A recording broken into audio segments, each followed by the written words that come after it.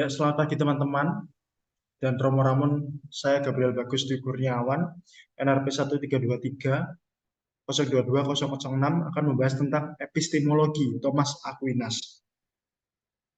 Jadi kita langsung saja masuk. Nah, epistemologi Thomas Aquinas ini dibagi menjadi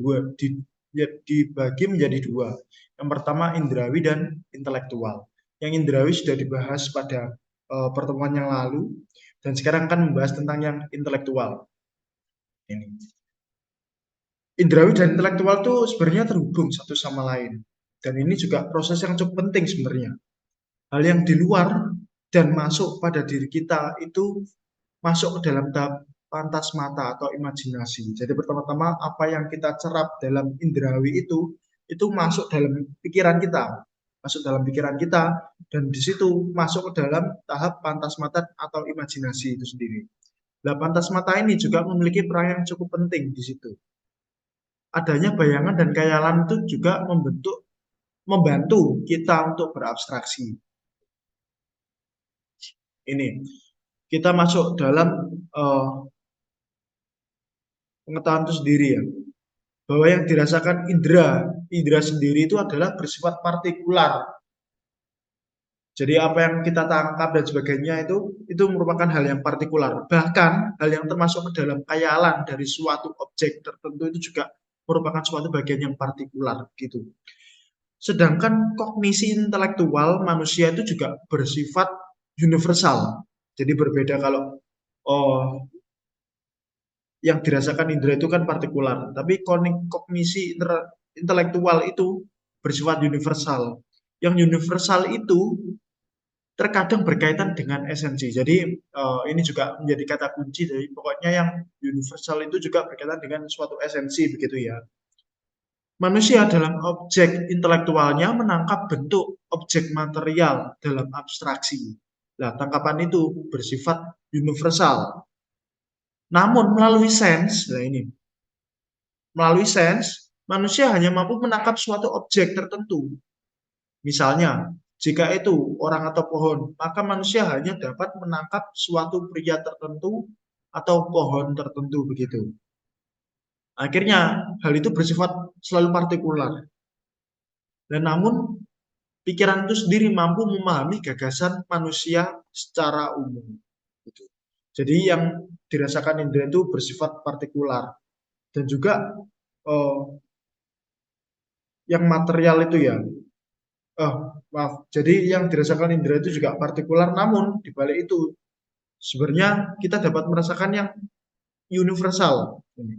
Dalam dijelaskan bahwa dalam objek intelektualnya menangkap bentuk objek material dalam abstraksi. Nah, tangkapan dari objek itu adalah yang bersifat universal. Gitu. Nih. Lalu bagaimana pengetahuan yang bersifat sensitif dan partikular menuju ke kognisi intelektual terjadi? Bahwa hal ini terjadi karena adanya aktivitas intelek aktif yang menerangi khayalan dan mengabstraksikan dirinya itu sebagai yang universal atau yang partikular. Jadi ketika dalam indrawi itu kan kita mencerap suatu pengetahuan gitu. Mencerap lalu diolah di pantas mata. Yaitu juga pantas mata tadi disebutkan sebagai imajinasi. Nah, dalam imajinasi ini juga akhirnya diolah dan itu juga ini diberikan intelek aktif yang menerangi. Jadi gampangnya sesudah dalam tahap pantas mata itu dibawa ke tahap intelek aktif ini, menerangi khayalan. Ini juga disebut dengan tahap iluminasi gitu. Namun tahap ini yang dijelaskan oleh Thomas ini berbeda dengan Agustinus ini. Fungsi intelek sendiri, intelek aktif terutama, adalah untuk mengabstraksikan elemen universal dari elemen-elemen yang bersifat partikular itu sendiri dan juga dari khayalan-khayalan.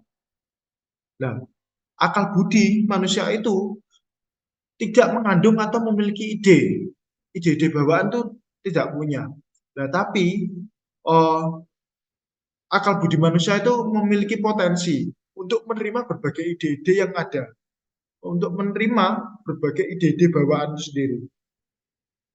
Penerimaan konsep-konsep itu sendiri terjadi melalui indera-indera tadi. Jadi ini pengulangan di awal tadi bahwa bagaimana kita menerima gitu ya, menerima suatu pengetahuan bahwa dari indera. Tapi apakah akal budi ini sebelumnya sudah memiliki pengetahuan ya? Itu di sini tidak dijelaskan begitu bahwa akal budi sendiri memiliki potensi untuk menerima ide-ide itu sendiri. Nah, penting juga untuk disadari bahwa konsep abstrak itu sendiri bukanlah objek kognisi, melainkan menjadi sarana kognisi. Konsep itu sendiri juga menjadi hasil dari pengetahuan yang diproses tadi. Jadi di awal dalam tahap indrawi, masuk ke pantas mata, lalu ada iluminasi, dan hasilnya itu adalah konsep, yaitu konsep itu sendiri hasilnya itu. Nah, konsep itu apa? Kemiripan dari objek yang dihasilkan dalam pikiran dan dengan demikian menjadi sarana untuk mengetahui objek tersebut. Dalam bahasa Latin ini juga disebut dengan et quo intelligitur gitu. Bahwa sekali lagi konsep itu adalah objek yang dihasilkan dalam pikiran dengan demikian menjadi sarana untuk mengetahui objek suatu objek itu sendiri. Nah, namun pikiran sendiri mampu juga merubah suatu konsep itu menjadi objek. Nah, namun objek itu sendiri hanya bersifat sekunder dari pengetahuan itu.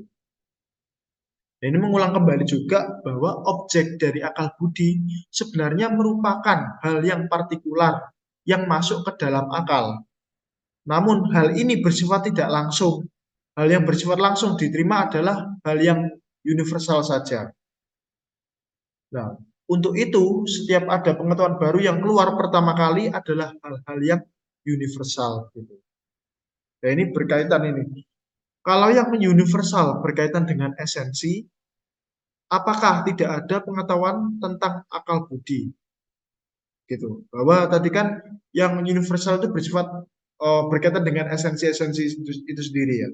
Jadi yang partikular itu juga berkaitan akhirnya dengan yang jasmani itu. Lah, kalau kalau tadi dijelaskan bahwa dari setiap pengetahuan baru yang keluar pertama kali adalah hal-hal yang universal, apakah yang jasmani itu bukan suatu pengetahuan? Nah, ini bukan berarti bahwa akal budi tidak memiliki pengetahuan tentang yang jasmani, tapi bahwa pengetahuan jasmani itu sendiri menjadi pengetahuan yang bersifat tidak langsung di akal budi. Jadi bahwa jasmani itu juga merupakan suatu pengetahuan, cuma bukan pengetahuannya secara langsung begitu. Sumbernya saya ambil dari Frederick Copleston, History of Medieval Philosophy. Nah, untuk berbagai hal yang kurang dalam presentasi saya ini mungkin bisa didiskusikan kembali dan juga mungkin uh, ditambah oleh Romo Ramon begitu. Ya, sekian dari saya. Terima kasih.